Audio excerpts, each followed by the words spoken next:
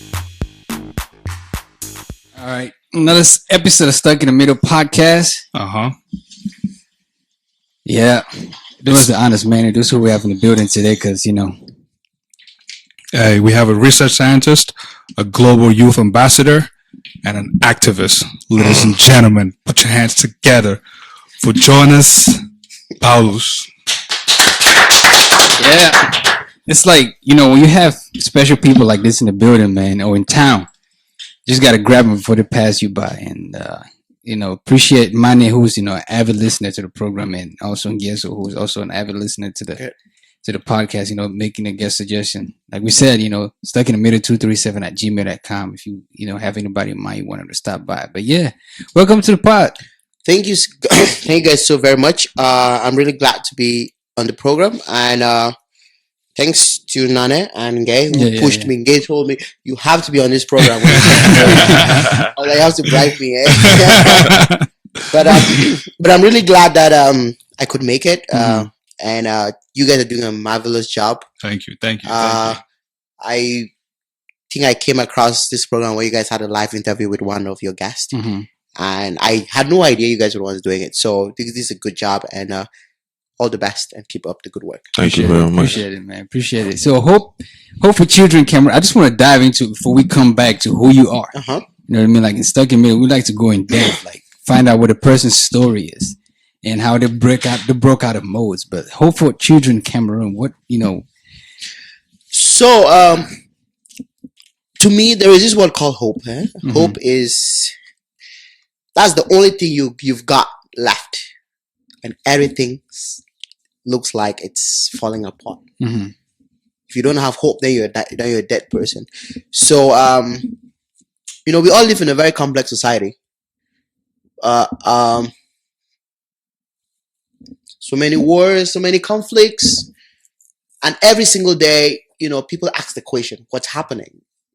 What's their future going to look like? And this is the vision that we have at Hope for Children, a vision where every single child is in school, because I do believe that education is the only thing that can never be taken away from a human being. But there are 124 million children who are out of school today. 124 million worldwide who are out of school, yes, globally, who are out of school today. 62 million of them are girls. 59 million of them live in sub-Saharan Africa. And the rest of them might never have the opportunity to go to school. And it's not, nobody does not want an education. The circumstances in which they were born into led them to the state in which we are in. And as a global citizen, and as a human being, and as a citizen of every single country, it's our duty as human beings or as citizens to help those who can help themselves, to be the voices of the voiceless, to stand up for those whose rights have been manipulated, or those who have been desolated and they have no other person to look up to. And that is how Hope for Children was born in 2011, with the vision of making sure that every single child is in school and learning. And before 2011, we've been doing some work. What happened was, growing up for us was very challenging, because, when you come from a family where your mother is everything, she takes care of everything, feeding, school, it becomes very challenging, and I give a shout out to all the mothers out there who are making sure that every single day they can live for us. It's because of who we are that they are happy. And so growing up was very challenging. I still remember the time that my twin and I would go to Amumeza. I don't know if you guys know Amumeza in mine too. I would go sell chips, and peanuts and bananas. And there was this time that my mom would tell me, the person who sells the most money gets something. So when my twin sees this customer, running to sell something, I will go ahead and cut, so that I sell to that person, just so that I wanted to have the present, But it was a good experience, and I think if I didn't have that childhood, I really wouldn't have appreciated what I have today. the struggles that we face every single day is an opportunity for us to build on them. What is education to you, and like your own educational background and coming up that has made you and your brother develop hope for Cameroon? So,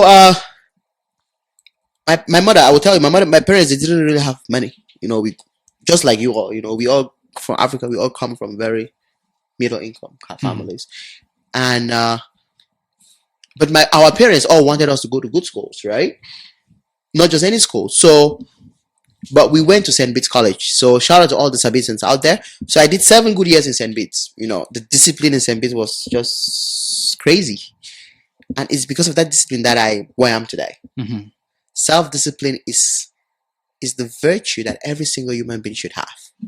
Self-discipline is very, very important, and self-esteem. Those two things, when you don't have them, then you are not living. So for you, did you always have that? No, I didn't. But you have to build it up every single day. Mm-hmm. We all have our bad days. We all have things that we wish we didn't have. Mm-hmm. Some people don't have a good voice. Some people, can't speak in the public. Some people are very shy. Some people feel like they're not good looking. And we live in a very competitive world where if you are not good looking, if you are not smart, then you are pretty much down there. Mm-hmm. But you've got to build self-esteem. You've got to use the things that you don't have to better the things that you can have. So, went to school 7 good years, had my O-levels, A-levels, wrote the entrance exam to the School of Laboratory Sciences at the University of Boya. So I went to Boya for 4 years. So graduated in Boya in 2028. Worked for a while with the Malaria Institute, doing some research in Mutengene. And that was my very first time that I had the opportunity to work with pregnant women. And, how was that experience? There you go. That was a good question. I keep telling people, especially us Yen, we should be privileged to be living in this country. And that privilege comes with what? Responsibility. It's not just being privileged to be living in the US. No, it comes with a lot of responsibilities. And that responsibility is, what are you doing for the other person who does not have that privilege as you have? I was working at a health center, and I was actually working in the labor room, and women were giving birth on wood. Mm-hmm. The maternity had just wood, nothing, gloves. You had to buy gloves. Wow. Women would come without gloves. They would not attend to them. So all those things actually made me to think that, we need, as human beings, to stand up for people. Yes. People who don't have the opportunity or don't have the voice. We need to stand up for them. So after that, I went to the US, had a full scholarship to study at the New Mexico Highlands University. Very boring place, Very boring. But good for studying. Good for studies. Tuition was not that much, but so many Cameroonians who were in that school too. But that was where I learned how to be outspoken. I was a very, very shy person. I could just not even speak in front of people, But I did 2 years, worked as a a graduate assistant. My research was on human infertility. So we actually came up with a gene that was responsible for causing infertility in men. Yeah? We can talk about that later because I'm interested. But, I'm like caught in the matrix. Which was good. And then after that, I graduated, started job hunting. I was on a student visa. That's the worst kind of visa to get as a student in the US. So much pressure. And 50% of them would quit school. 50% of international students would quit school because they cannot keep up with the tuition. Many of my friends' classmates, they got married, and they decided to become illegal, And again, you can't blame them, Everybody I think that's one of the things that makes some of our young men get into the pitfalls of the criminal activities in America because they have no options but to do Absolutely. that. But again, I tell people, if you are very smart, this country can give you every single opportunity that you will get. If you are smart, it's not for lazy people. If you are smart and if you don't have the money, you go see your teacher and this is my situation, you will get. Is that what you did? No, that's not what I did. But I'm just trying to tell people that when you tell me that there's not an option, the options might be very limited, but there are options. But for me, since I had full scholarship, I would still work in the kitchen. I would still, pantry, washing those plates. See, I think you coming from the boarding school background, you know what I mean? You were so strong in your belief that if I do this, I'll make it through, Absolutely. So you went out there, you took jobs in the kitchen, doing whatever you had to. But somebody that comes from a privileged background in Cameroon, and he can't make that transition. And a lot of international students, at least that I've been experienced with, they're from like privileged backgrounds in Nigeria and things like that. So yeah. And people would laugh at us, we wash plates and clean the floor, and who cares? You do it for you, not for them. And to me, doing what I was doing was actually what gave me confidence in myself. Self-esteem. People, again, it's so hard to be an international student in the US. It's so difficult. But if you stay on track, if you know what you want and you know how to get it, you will succeed. That's my message too. A lot of my friends, they're not in school. And again, most of my friends that we came to this country to say at the same time, they are still nowhere. They don't have a bachelor's degree. If you're doing something because you want to make money, sorry. That's not who we are as human beings. That's not who we are as people. That's not who we are as people who are here to better ourselves and the lives of other people. You can be washing plates. It should be temporal. You should not keep washing plates because you have no choice. It doesn't make sense. You should have an end goal to it. So graduated 2011. Looked for a job. It took me 6 months to get a job as an international student. 6 months. Very, very difficult. I applied. People might never know this. I applied for about 125 jobs. Indeed, Craigslist, every single place. The moment Cameroonian on your resume, they kind of sends you African your F1 visa. Nobody looks at you because you are not an American citizen. You're a burden. You're a burden to them. So most of those jobs that are out there, there are already people having those jobs. It's just putting them for formality purposes. But again, don't feel like everything is messed up. Don't feel like your future has come to an end. How did I get my job? It was during hurricane. There was a hurricane here in Maryland. I've forgotten the name. That night, I just went on Indeed and I was looking for a job. And this lady wanted somebody with a PhD in what I was doing in biology with focus on infertility. And that was my research thesis. I emailed her and said, "Ma'am, I just graduated from school. I know you're looking for a PhD, but I think what you're looking for, the job description, I actually meet some of them, most of them." 2 days later, I received an email. And she was like, "I like the fact that you approached me. I like the fact that you emailed and, you sent me your resume, you sent me your paper, your thesis that you wrote." And you know what? She said, can you fly to Wisconsin in 2 days time? Wow.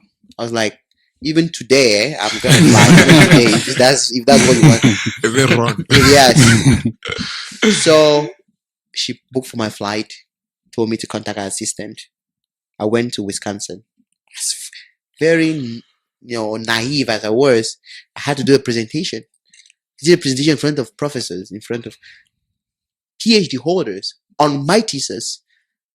She dropped me at the airport and said, "Congratulations, you got the job." That's how I got my job. I don't believe in applying online. That's waste of time. And to my young, Africans out there, if you're looking for a job, email is the best. Go to the people that are offering those jobs. Email them. Tell them what you can offer. Because you don't just say I've applied for 200 jobs, I'm tired. No, you got to go an extra mile, because as Africans in this country, where their limit is, that's where ours even starts. Preach. You have to go. You have to prove yourself at every single point that you're better than them. You're not proving that you're better because there's no option. You have no option. You have to prove yourself that you can do better. Because racism, we all face it every single day.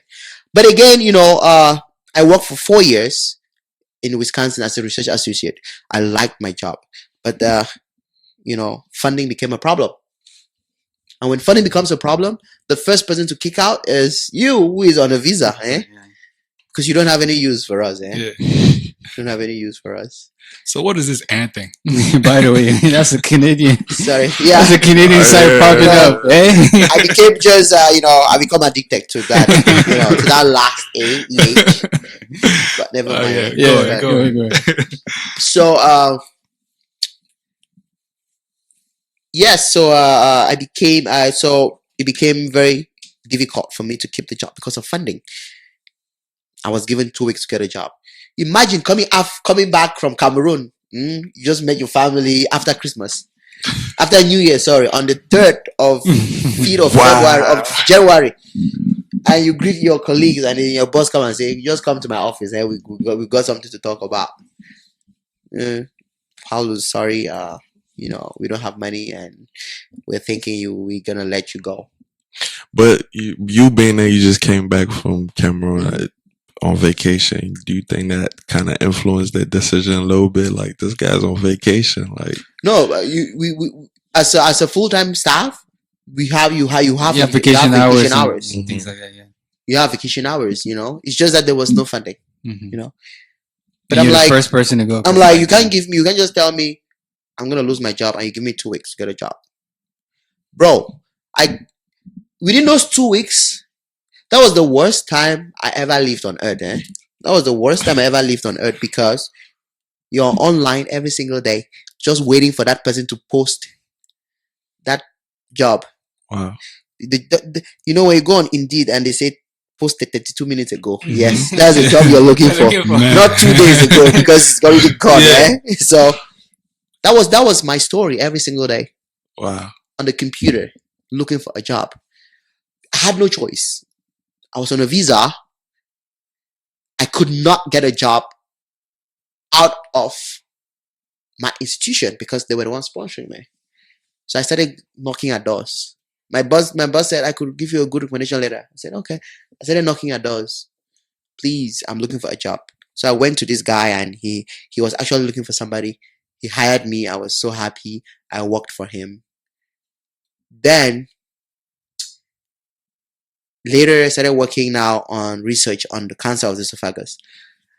That was the thing that actually made me to quit my job, because working with animals, with rabbits, every single day doing live surgeries on them, trying to understand how cancer progresses, or how cancer cells, how you can understand the cancer cells in the cancer biology in a human being. Every single morning, you get up in the morning, you have to do a live surgery. That's it. Nothing. There was no growth. There was no promotion. There was no comfort. Yeah. So if you're doing a job out there because you want to make money, yes, the money is good, but you're going nowhere. Stagnant. You're going nowhere.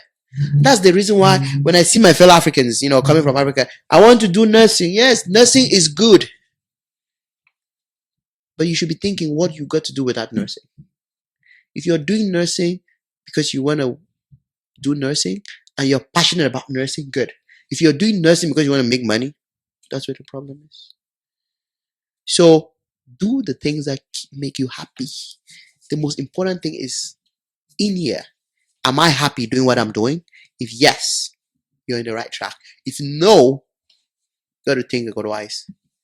So I quit my job. My boss was like, "How are you quitting your job? You know, you're an African. Africans don't quit jobs." I'm like, so because Was she white? yeah, she was a white woman. Literally, she Africans said don't that. quit jobs, yeah, because she thought I had no choice. You know, she could just manipulate with me, and I'm sure stuff like she Yeah. had done that. For So all the after time. that, moved to home, which is Canada. So I've been in Canada now for 3 years. I work as a research associate, research consultant. I was working with World Vision. World Vision is a Christian-based organization. So I was working on a WHO funded program in Niger. So I had the opportunity to travel to Niger, the poorest country in the world. And while in Niger, I understood what it means to live in poverty. We have not seen poverty, but so that's what I've been doing. I'm doing also back in school, doing an advanced degree in leadership and community engagement. So that's the little I can say for now. This guy he has so many layers in him, man. It's crazy. Like, This guy. I don't know if you have a list of like his degrees and like, Dude. and like, not to like, you know what I'm saying, like puff you up or anything, but like I would say this: you are the embodiment of what this podcast is about. As far as being stuck in the middle, is people who are from African descent, who are here for a reason, and that's, you know, seeking greener pastures. Of course, you know, better life here for themselves and back home as well. And you just find yourself in that middle ground. It's like, man, there's two words that you're trying to bridge together, and you and your brother are doing that so passionately and so well. Like, talk a little bit about how you guys got started with Hope for Cameroon. You know, it's people, you know, most of my Facebook friends, they say, please bring that UN money, and let's eat some of them. You know, you have to understand one thing. It's a huge challenge even till now, the work we do. It's very, very difficult. You need to do it 100%.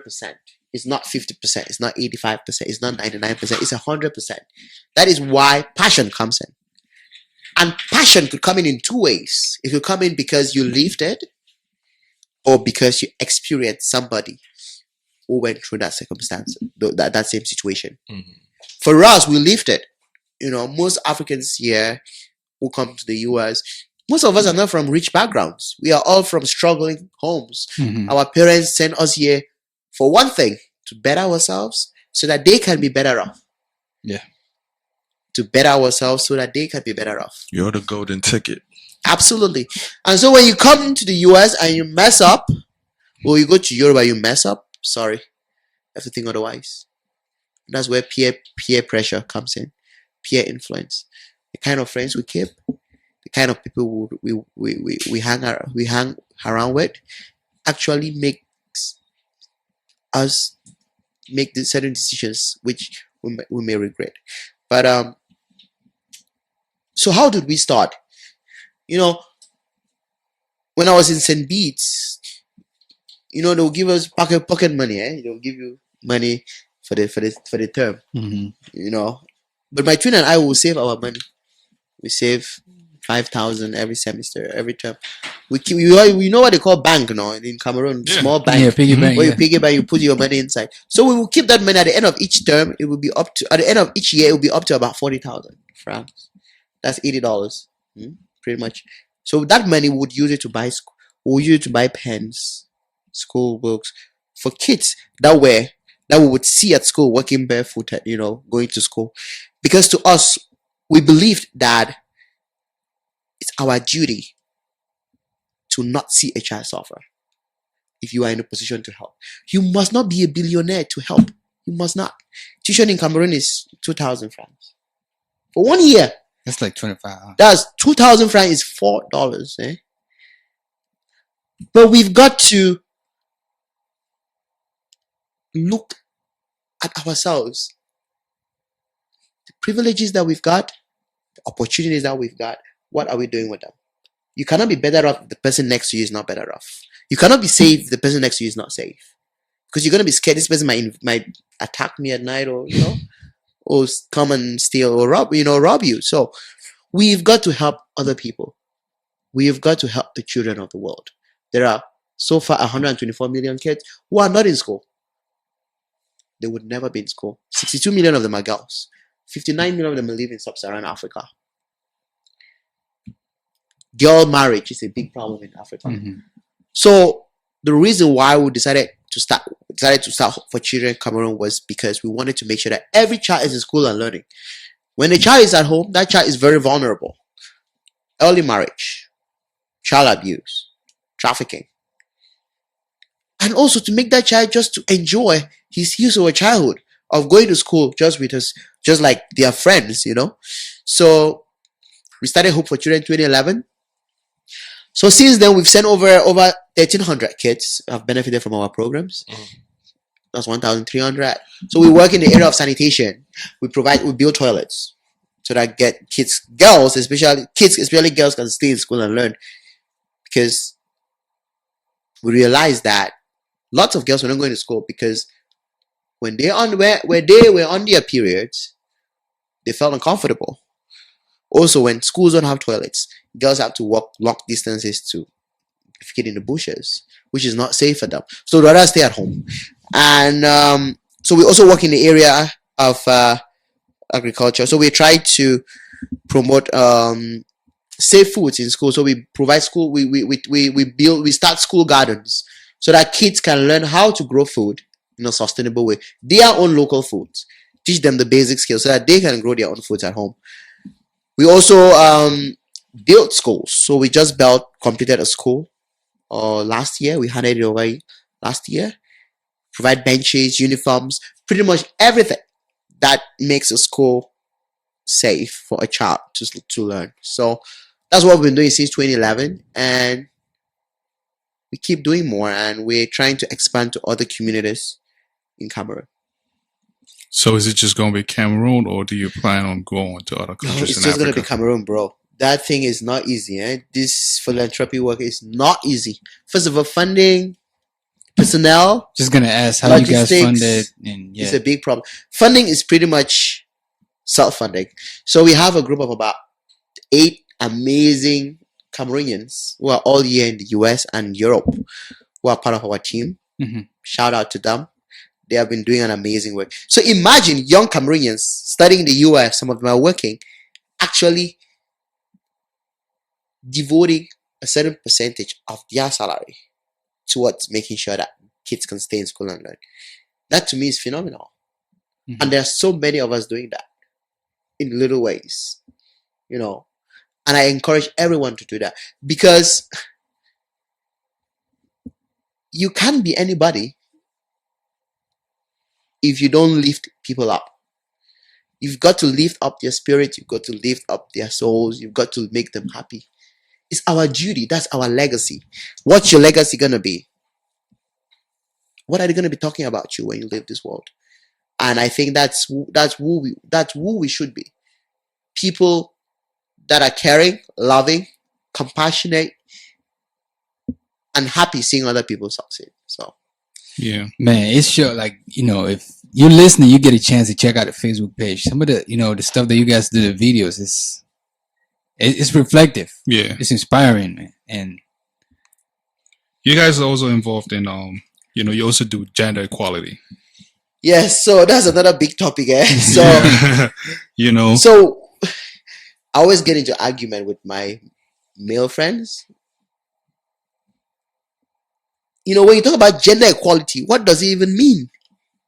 Within an African context, we come from a very patriarchal society, Africa, where the man is, the head of the household. Mm-hmm. The woman has no say. The woman is in the house cooking food, having babies. Pretty much that's it. But when you come to Europe or the US, it changes. If you have kids, guy is either feeding the child and you, the woman, cooking, and vice versa, or changing the diapers or whatever, But why don't we do that when we go home? It's the mentality. Yeah. So when we take the plane and get off at France or in Douala, it ends. Yeah. And then when we come back to the US, it continues. Doesn't make sense. So to me, there can be no world if 50% of the population are left out, and that 50% are women of the world. You cannot succeed. Two hands, tie a bundle. If one hand is not there, the other hand cannot. It's been a very difficult journey, working in the space of gender equality. But so what do we do? I don't know if you've heard about the He for She. So the He for She is an initiative by the UN Women. UN Women is an entity of the United Nations, and they started a campaign called He for She. He for She. Mm-hmm. And who is the global ambassador? Emma Watson. I think you guys know Emma Watson. Mm-hmm. She did the Harry Potter thing or the Belle or whatever. Yeah. So last year, September 2016, I had the opportunity to have lunch with Emma Watson in Ottawa.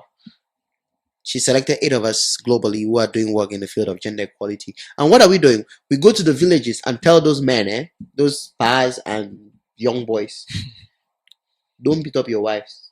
If you beat up your wife, we'll come looking for you. We threaten them. And they know when it's coming from white man country. They've got to do something. Mm-hmm. So, but we tell them in a nice way. We make them understand. And we use storytelling. Imagine your neighbor's daughter is in the US. Every year she comes back home with dresses for her mother, for the kids. Don't you want your daughter to do the same? That tickles their memory. They start thinking. So since we've been doing that, engaging men and young boys, in ending violence against women. Violence is a big problem.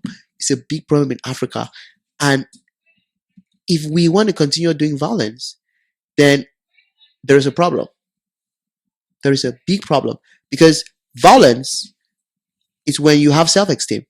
And I'm telling all the men, if you're violent to your wife, it's because you have self-esteem. Low self-esteem. You can't just be beating up somebody. We cannot afford to beat our women, our sisters, our girlfriends. We cannot afford to be beating them. Let me ask you this, right? Yes. Back home, I know for a fact that, the military people, especially during the end of the month, Mm-hmm. when it's pay time, they collect their paychecks and stuff. The first place to go to is a bar.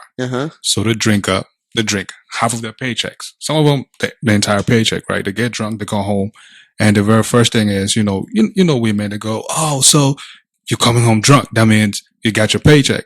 What are we going to eat, for the rest of, for this next coming month?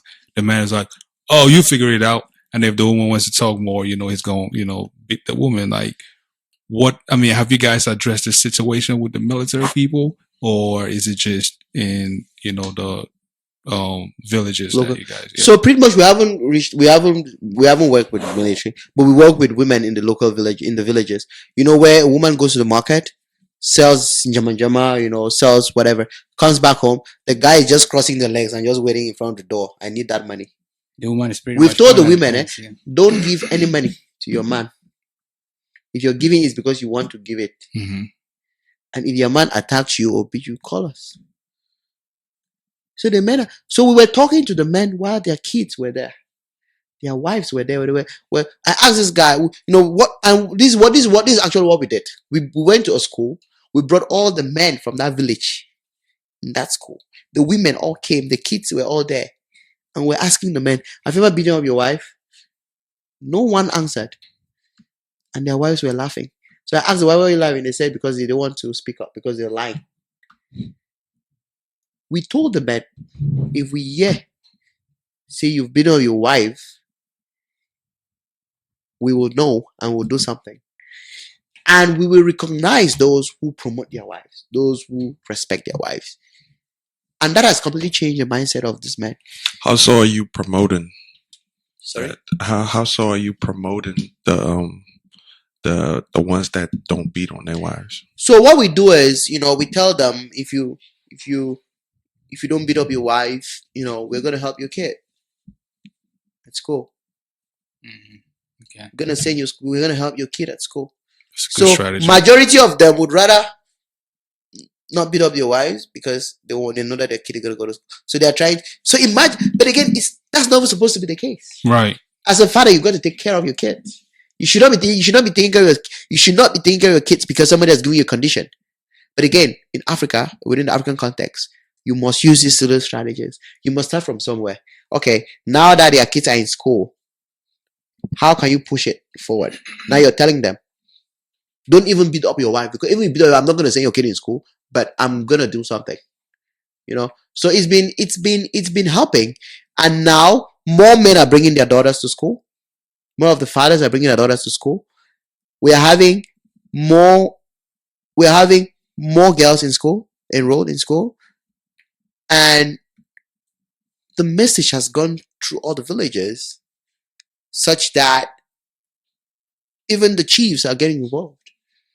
If a man is caught beating up the wife, you risk your life of either being punished, or something would be done. But it's changing. But again, as a guy in the field of gender equality, it's very challenging, because my friends leave that for the women to take charge of. But I think we are all, I don't want to use this word, but I'm going to use it. This feminism thing, it's very complicated. But I think we are all feminists. And what by feminists, I mean, if they were beating up your sister, what are you going to do? You react, right? Mm-hmm. If you saw a child hungry, laying down on the floor, what are you going to do? You're going to buy some food. That is who we are as human beings. You must not be in a group called feminist before you do feminism. Before you recognize a feminist. We have all feminists every single day. We stand up for our sisters. We stand up for girls, people that don't have a voice.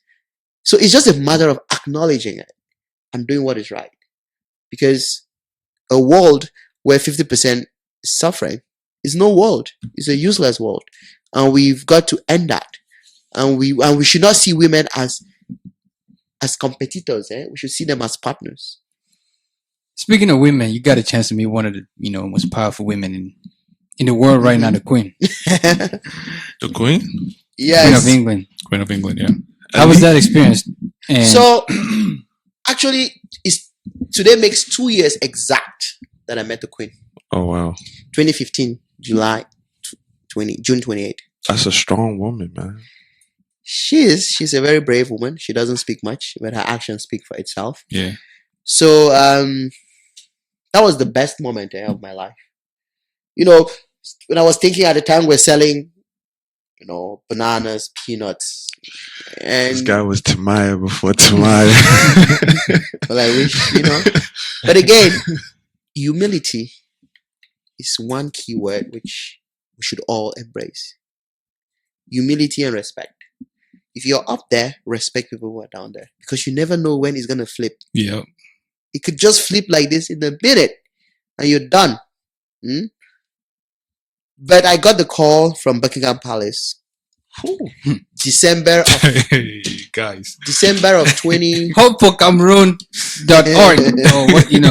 Go ahead. But I got a call December actually. Buckingham Palace got your phone number. Yes, they called me and they were like, and your brother or just you? They called just me. And they were like, seeing over 3,000 people applied. You were shortlisted among the 60. No, you were shortlisted among, I think, 100. And today we're giving you the news that you're going to be meeting the Queen in 6 months from now. So wait. You applied to meet her, yeah. So you don't apply. So somebody nominates you. Oh, okay. Yeah. Gotcha. So there were about 3,000 nominations. Mm-hmm. You don't just apply, because again, you must be doing something. They did. It was 3-phase interviews. Somebody nominated me. They went through the application. They called me, did interviews, did another interviews, and they select. So 60 young people were selected across the Commonwealth to meet the Queen. So it's called the Queen Young Leaders Program. And the Queen Young Leaders Program is a program that actually promotes and recognizes young people within the Commonwealth that are doing things to help their country and their communities. So, yes, going to Buckingham Palace is like going to heaven, It's like going to heaven. It was the best experience of my life. The day we're meeting the Queen, got into this big bus, through Buckingham, went through London, we're about to get into Buckingham Palace. the gates just opened. You know how the gates of heaven opened in the Bible, eh? Just walked in, and then the bodyguards are waiting for you guys, greeting you guys. It was a different experience, you know. So we met the queen. They gave us a small, it's like a crown, no, you know. It has a title, which I really don't use it, but you know. So the queen, so I met the queen, and she told me, you know, she's heard about the work that we do in Cameroon. She's very amazed, and we should keep up. You know, people were asking me, does she smell good? You know, she's a handsome. No, what did you talk about? But yeah, you know, how is she? She's very funny. She cracks a lot of jokes. But that was in 2015. So after that, because of the work that I was doing, I got connected with the secretary of the Queen, and I had to meet the Queen again. Wow! Not in person, but she was passing by me in Buckingham Palace. So I actually had to do a presentation in Buckingham Palace. That was 2016, February 2016. So we went there. You know, they call, what are you looking for? My name was already on the guest list. The bodyguard took me in. You know, as I was going in, the Queen was coming out. So they hurriedly rushed me to one. Because when the Queen is walking, you know, nobody is walking by her, you know, for safety reasons. They rushed me to one so that she could pass by. But it was a great experience. And I also, in 2014, I received the Youth Courage Award from Gordon Brown, the former Prime Minister of the UK, for the work that we do in Cameroon. And then the Emma Watson Award of 2016 for young people who are doing work to promote gender equality. But to me, these awards, they mean nothing, because these awards, they've actually made me want to do more. You know, yeah, they mean nothing to me. But they're supposed to be like encouragement, though. Yeah, I mean, like, you know, it's like that degree, man. You see, like, you just see it hang on the wall. You're like, like, we got our own award right here. You know, shout out to, man, I just got to keep pushing. Shout out to Giselle, you know, giving us an award, and also Eureka right now watching intently and, you know, making live comments. Making live comments. Yeah, shout out to Yuri. Eh? Okay, yeah, definitely. So so the awards, they mean nothing to me. When you have an award, it's an indication that you've got to do more stuff. People, when I meet Cameroonians, they say, "Please, I want to hold your hand." I want to hold your hand. I want to greet the Queen. But to me, it doesn't mean anything. And when I meet people, I don't talk to them about the awards. No, if you want to know more, go Google. You can get all the information, because it's not what you've achieved. It's actually what you do. It's actually what you're doing to help people succeed that matters to me. Right. It's not how many degrees that you've got, how many cars that you've got, or how many certificates that you've got. It's how does those degrees translate into making somebody succeed. That's what mentorship to me is very important. I receive messages every single day, people asking me to mentor them, you know. And again, I know some of my Cameroonian Africans will be very mad, but we African youths are so lazy, yeah. Especially back home, so lazy. You send a kid, this is an admission, this is a scholarship opportunity for you to apply. They'll tell you, please, if you help me, you know, fill application form. I'm like, I'm in America, then you want me to fill application form, man? And I sent it to you. And send it to me. Bro. So those people, I just tell them, sorry, you know, because if you know what is good for you, you're gonna do it right. Right. But this is an opportunity for them to come to a land where they idolize so much, though. So why would they be like, "Oh, can you help me"? Is it that they don't know the direction? And to me, it's priorities. Our priorities are not straight. You are either doing something or you're not doing something. You either want to go to school, or you don't want to go to school. If I send you the link to an application for a scholarship, and you are very eager and you are very serious, you're gonna do it. You're gonna be asking me, I failed this. This is a question that I have. Mm-hmm. You're asking me questions, but you're not telling me to do it for you. Right. You know? And I do that for a lot of people. But again, I do think, but I'm very, very impressed with our generation. Our generation can be the generation that could end global poverty. I'm very, very sure. Because of the young minds coming up. Where we live in a very technological generation. Skilled, but my message to every young person there is, don't quit Quitting is not for us. To be precise, quitting is not for Africans. Because if you were to quit as Africans, we would have quit long time ago, when you were still walking barefoot to go to school.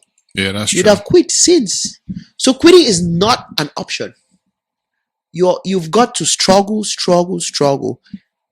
And please, there is this thing very common among Africans. We are very competitive. Competition is what is killing us. I buy this shoe, you want to buy the same shoe. Yeah. I buy this car, you want to buy the same car. Do what makes you happy. Full stop. If you're buying a car because it makes you happy, buy it. If you're buying a car because you want to show off, then when it's time to pay those bills, you will be showing off while paying those bills. Right. So, but again, I'm very optimistic with our generation. The world is very complicated right now. We live in a very complex situation. The world, so many wars, so many conflicts. I was in Niger, and my time in Niger actually made me understand some of the privileges that I have. Niger is the poorest country in the world. 50% of the population of Niger is under 15 years old. It's a population of 17 million. So half of that number is under 15 years old. 15. 89% of the girls get married at 15. Before their 15th birthday. 89%. It's a Muslim country. So early marriage is a very normal thing. And they don't do contraception, family planning, because it's against their, But the poverty in Niger was crazy. I was going to Niger to do some work. We're training community health workers how to use smartphones to improve the quality of care in children. And anytime we go to work, we had escorts of about 20 people. Policemen, in front of us, some people behind us, with those big, lenses, scanning to see if there's a Boko Haram person coming, because it was he had a high activity of Boko Haram. But again, what made me to go to that country was not because I just wanted to do it. It was because I wanted to see the challenges that these people in this part of the world face. And when I came back from Niger, it opened a lot of opportunities for me. It opened a lot of ideas, so many. So we must always challenge ourselves. Challenge yourself, because it helps you grow. It helps you understand who you are as a human being. And so I think I've been saying a lot. What other countries? No, this is great. Yeah. What other countries have you been in, as far as the work with? So I was in China 2 months ago. I was invited by Peking University. It's like the Harvard University in the US, to come and talk about Chinese influence in Africa. So it was a good experience for me. I've never been to Asia. So going to China was a great experience for me. Then I was in Denmark. For work. Then also Germany and Rome.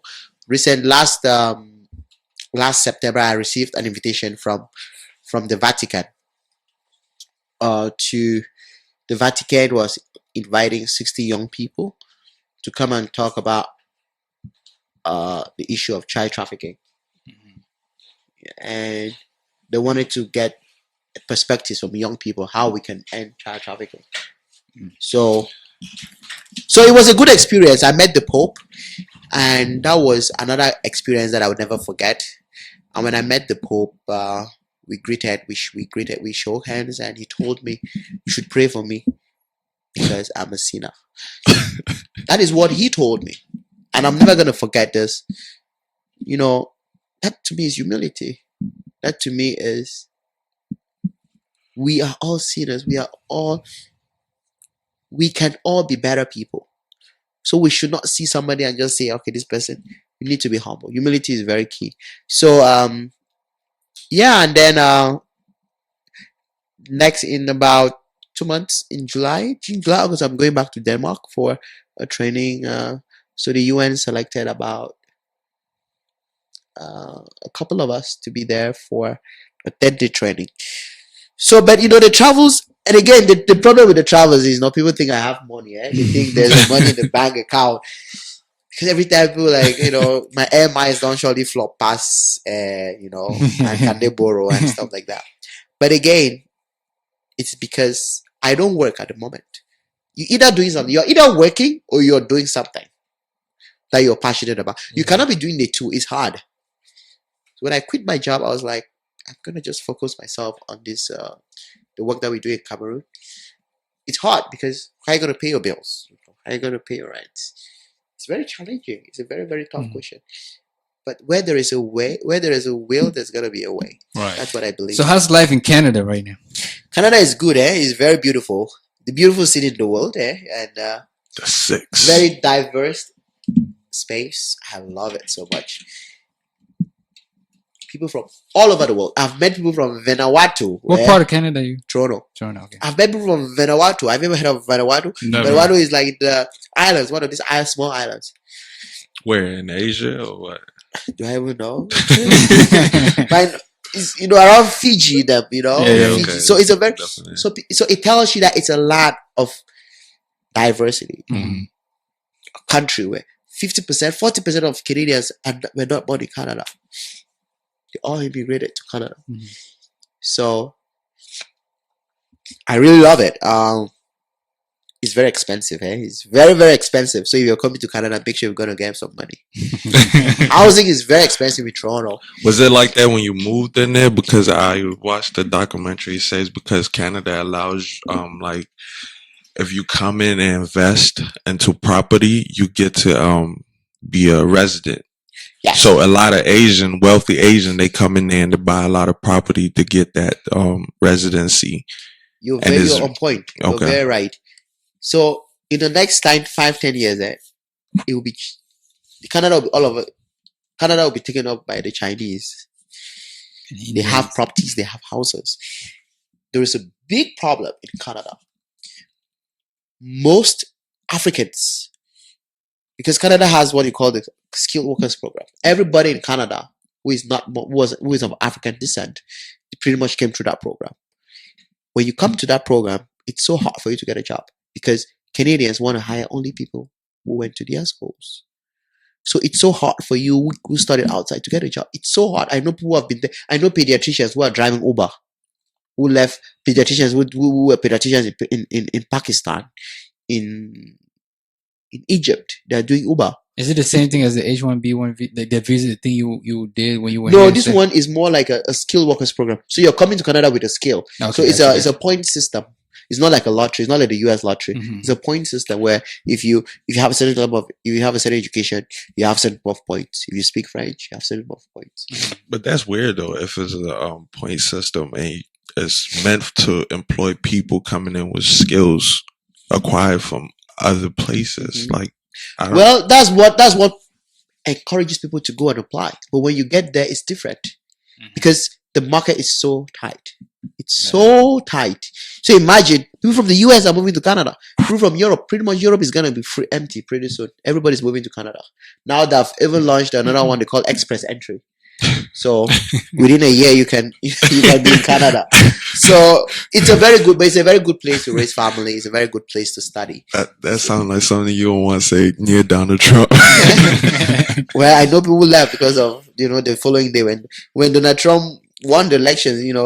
The Canadian immigration website crashed. Yeah. Really? Yes.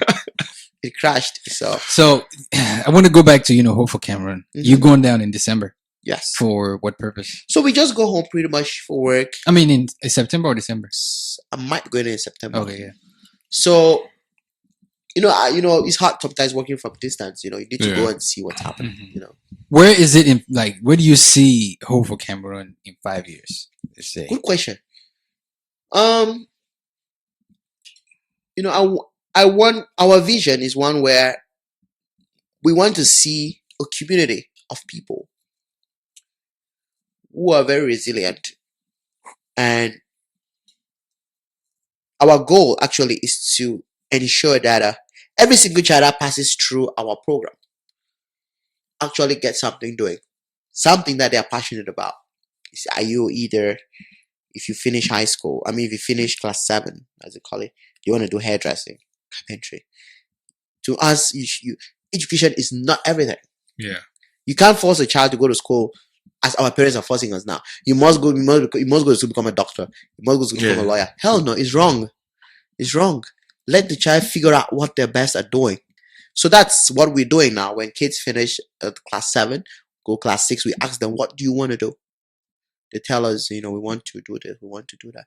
So we figure out, we put them in those spaces, in those programs, I think that's great because, back home, I know I haven't been, home in a while, but, while I was there, just, learning the educational system, I know it's kind of hard for you to actually go to school, graduate, and get a job. You graduate, you have to take these exams to get into the job force.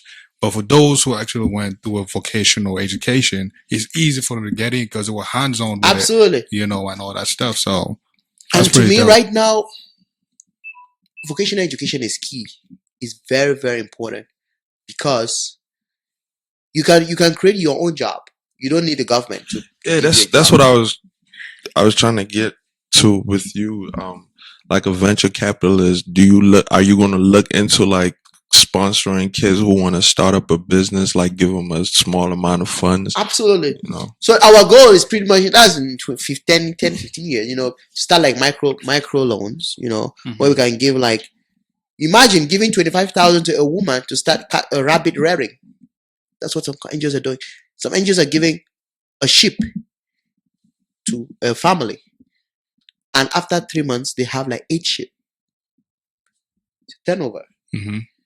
And when they have those 8 sheep, the NGO takes back their 1 sheep, gives to another family. Makes sense. And they keep the 8. And they keep the 7. So they give a male and a female. Right. The mating. So it's, so there are so many models, But I do think funding is always a big problem for young people, especially for people who are not privileged. Hopefully they don't give that sheep to a greedy person who won't kill it. I want to ask you. Yes? Yeah. No. Yeah, I want to ask you. You can decline to ask because it touches your subject. People have different and varying opinions and thoughts about it. Education is something that you guys focus a lot on. Hope for Cameroon. There's no schools in Cameroon right now. Your thoughts on that, and what are you guys, if anything, doing about it? It's very, very sad, It's very, very sad to see a whole year being wasted. It's over 2 years. It's just something that I can't even process, because these are futures. This is a future of kids who would have been persons if they had gone to school, but that's not gonna work. I know. Early this year, I met Irina Bokova. She's the UN Secretary General. She's Secretary General for UNESCO. And I asked them this question, we are going through some crisis now, and I'm sorry, can you just tell me what UNESCO is? So UNESCO is a UN entity, and they focus pretty much on culture heritage. All those important sites of every country. Okay. Like Bimbia in Cameroon is a cultural heritage, where the slaves came through. Yeah. Then, they focus on culture. On education and science. So they focus on 3 things. So I met... And Hope for Cameroon has ties with UNESCO. No, not that. I was at the consultation meeting because of the work we do. So I was on education. So I asked them, but this is the problem. Again, the UN does not go to any country and tell them what to do. That time has passed. So it's left on that country to figure out what is happening, what's supposed to happen. It's a big problem. And I do understand the grievances, and I do understand, everybody's intentions. But I do think that in life, when a group of people are angry, open your ear and listen. Because if you don't listen, it's going to metamorphosize and take another turn as it is now. And we are seeing all these, people from all walks of life coming up and, starting their own small groups of, it's just diluting the situation because we are not united. But I do think I'm very hopeful. I'm very hopeful that our leaders are actually seeing what's happening and something would be done to address this situation. But again, how is it affecting hopefully Cameroon? Huge. Kids are not in school. It's a big problem. Kids are not in school, and working in our team back home, I had to send an email, and they had to go print that email where after Santa. That's where they go print the email, because there was no internet. Because there was internet between Santa shares borders with Bafsam, Yeah. Bunda, so they had to go print the email in Bunda. So imagine somebody from my Kwen going to Bunda to and print the roads is email. horrible. Yeah. It's risky, right? That's it's a so distance, risky. yeah. It's a huge problem. Lots of startups were not working, and it cost the government a lot of money. It cost businesses a lot of money. I can't survive without internet. I cannot survive without internet. Me, you. So not to talk about people who use internet every single day for their businesses. But again, I'm very hopeful. We have to keep praying. We just need to be hopeful. We need to be patient. I know people will be like, nah, too much of patience, eh? There's too much of patience. The dog died because of too much patience. The dog died because it was hungry, because it was patiently waiting for the bone. But I think my message to everyone there is, the solution is not burning places, it's not looting, it's not burning schools, it's not killing people. That's not the solution. That's not a solution, yeah. But I think I'm hopeful that something would happen, or something would be done to address the situation. So before we close the pod, right? I have one question for you, and I think I'll ask this question to every guest we have on till we actually have our forum. Sure. Mental health in Africa. What's your take on that? Very good question. When we were growing up as kids, you would see some mad person on the road, you'll be running. This guy is bewitched. We think mental health is witchcraft, it's taboo. It's not. It's not. Depression is what leads to mental health. And it's worse among the African community. Because as Africans, you are not allowed to cry as a guy, You're not allowed to express your emotions. Because when you do that, they say you are so weak. Say if you cry, then the woman would do waiting, That's so dumb and stupid, and it's wicked, Facts. Depression is bad, and we go through depression every single day in our beds, in our rooms. Even though you are brothers, you have your own thing that will worry you, and you will not tell Reflex, just as Reflex will not tell you. But when you're depressed, find that soft spot. What makes you comfortable during your depressed state, and lean on it. Sometimes when people are depressed, they take a good nap, they sleep well. But again, when they sleep, they get up still with the problem. But again, it helps, But I think mental health is a big problem. It's a huge problem. We need to address it. We need to understand that mental health could come from anything. Loss of a partner, loss of a job, anything. And we need to have an environment that is acceptive, or that is very open to mental health. Cameroon has only one mental health agency, a hospital, Jamo, L'Hôpital Jamo. It's messed up. Pretty much nothing happens there. We cannot be treating our mental brothers and sisters as animals. We cannot. We're in the 21st century. Once I was in New York, I was walking by in New York. There are many homeless Africans in New York. And this guy, I had food with me, and he begged, please, can I eat? I gave him the food, and I spent like 2 minutes, and I was talking with him. But he made me understand that these people are human. They just want to be like us. They just want to have somebody they can talk to. But we don't have time for them because they are in their own world, and we are in our own world. So mental health is a disease, but I think it's a disease that could be cured with passion. We just need to be very passionate. We just need, with compassion. Sorry, we need to be very compassionate about our brothers and sisters who are living in a mental health state. And I think your upcoming program on mental is very, very important. It's timely because we're living in a world where there is technology has just messed up everything. You know, you go on Facebook, you see something you're not supposed to see, you get depressed. You know, you go on Facebook, you go on Instagram. So we're living in a very fast-paced society. And that is the reason why we are losing most of our young brothers and sisters to mental health. They give up. And that's why mentorship is very important. Get that one person that when you're depressed, call that person that will not judge you for who you are. That person will understand your problem.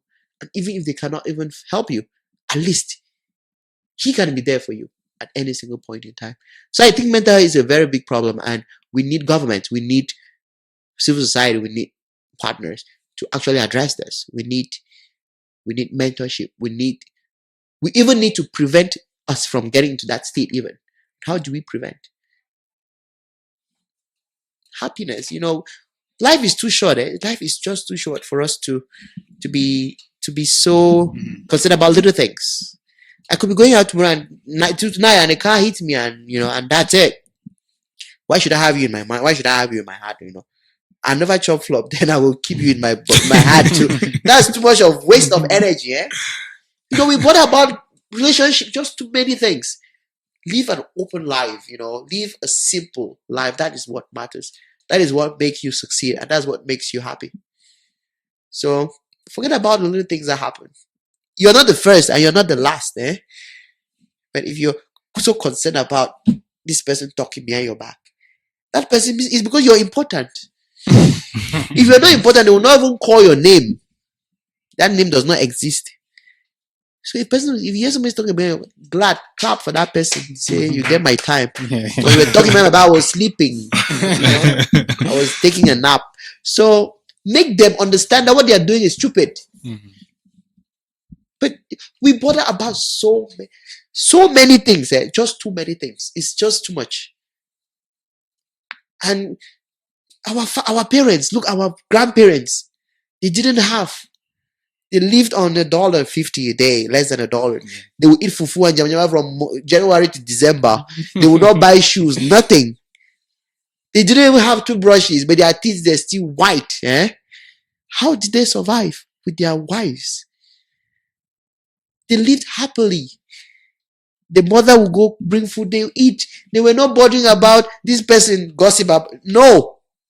Because they were contented with the little they had. It is because we want so much. We want everything to be with us or for us. That is the reason why we go through all this depressed state. And to me, it's nonsense. It's just nonsense. Sometimes I get depressed. Everybody gets depressed. But when I get depressed, it doesn't last for more than a few minutes and I'm done. You have to be angry as a human being. You've got to be angry. But you have a life. And that life is to be happy. Because tomorrow might never come. It's not guaranteed. A platform for entrepreneurs, innovators, and artists of African descent. Hear stories, ideas, experiences, and advice on breaking the mold. That's stuck in the middle, man. Where else you gonna get that? Want to take a time out, shout out your brother. Yeah. So shout out to Japes Pedro. People say why don't names? Yeah, the twin brother. Yes. Son, I can't tell you apart, exactly. man. Yeah, but shout out to my brother. Shout out to Naren Dopping, to Ngay. Yeah. Ngay told me she has to be watching the program. Shout out to Miranda Kijam, to Minala. I was just about to say that too, Yeah, to Minala Pacha, to Larry Check, to Rahul Fassi, to Diana Day, to Benis, and I think that's our team. And are you sure? It will be war if you're missing somebody. Somebody will call you. I'm telling you. Say, hey, now you're feeling very important. You're forgetting my name. So you're right. So I wish I didn't start calling names. Everybody's covered. But to everybody out there that has supported us, we had a fundraiser 2015 last year. It was good. I was so amazed to see young Cameroonians, students coming out to help. Because that was here in Maryland. Yes, that was here in Maryland. We are planning to have one next year, so we'll keep you guys posted. Yeah, definitely. But again, I was very amazed to see young people who don't have, but all they wanted to do was to make someone else happy. Right. And people, can you imagine? We are all working. You plan for an event, there's a budget, and all of a sudden people say, you know what? I'm going to provide this for free. It's amazing. It's amazing. People have been supporting us. You know, we go around, we get used materials like writing materials, which we ship to Cameroon. You know, shout out to the people that have been helping us, people who believe in us, and again to God Almighty, because this takes a lot of time, it takes a lot of energy, and it takes a lot of faith. You must be faithful, you must have faith. And thank you guys so very much. I don't know how much to thank you, but Man, it's been listen, a good. I said I was gonna do 30 minutes, but now it's over an hour. Usually, but like, you know, by the hour, I'm like yes. tapping him like, yo, let's wrap. But you know, we can go for longer. But it's been a good, 1 hour with you guys, and keep up the good work. And thank you. You know what? You guys are doing an amazing job. And one thing I would advise you guys is,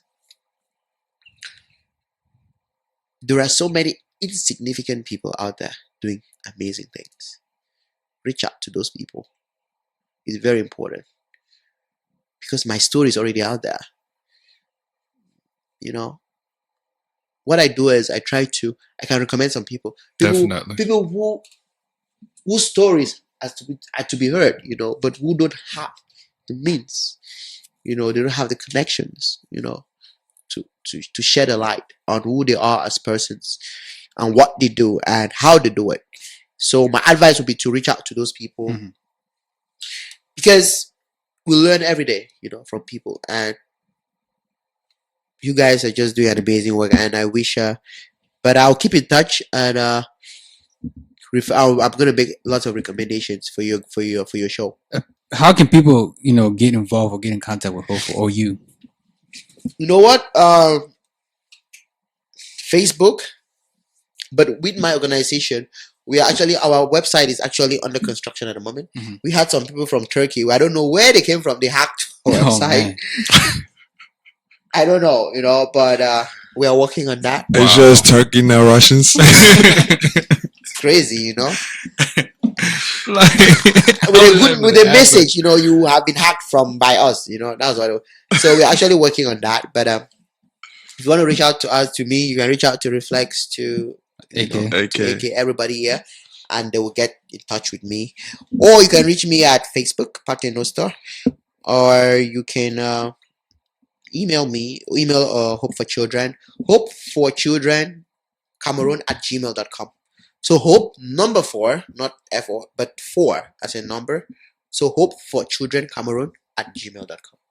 So thank you guys so very much. Appreciate you coming through, and man, it's so much packed in that hour, and he's already checking it. So AK, let them know how they can reach us. Hey man, before that, next month on the 22nd of July, we're gonna be holding our very first forum on mental health, and that will be in Silver Spring, the Aerospace building. Keep an eye for the flyer. Will be coming out soon, and we encourage everybody to come out there. Because mental health, being there, it's here, and it's always gonna be here.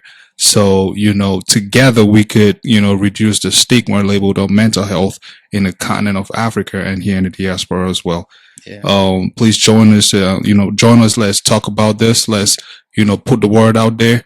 And so we could benefit the next generation to come, because it starts with our generation, and we're gonna push that over to the next generation and their generation to come. So please, guys, next month on the 22nd of July, join Stuck in the Middle. Mark that on your calendar. And important date. Thank you to Leslie Tita as well, for providing the space. Oh yeah, definitely. We greatly appreciate it. So yeah, July 22nd, Silver Spring, IO Spaces. And all our live followers right now, join us this Sunday. We're gonna have our travel connoisseur joining us on Sunday. Angie Atabo, is gonna be on. She's gonna teach you. She's gonna tell you guys how she is able to fly around the world for cheap and sleep in one of the most beautiful resorts ever. Like a boss. But anyways, y'all could link with us on all social platforms at SITM Podcast.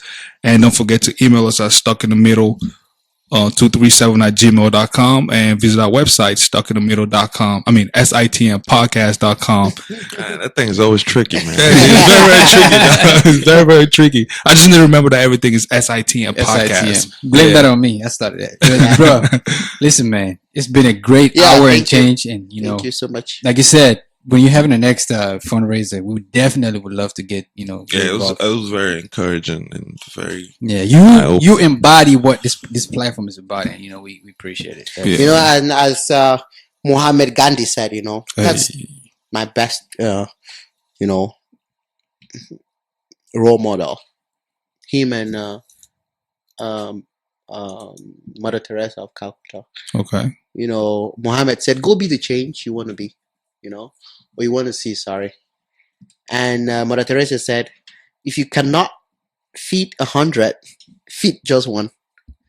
So that one might fit the 100. So, it's a difficult world, but thank you guys so much, and God bless you all. Thank you. Stuck in the Middle podcast. We out. Thank you.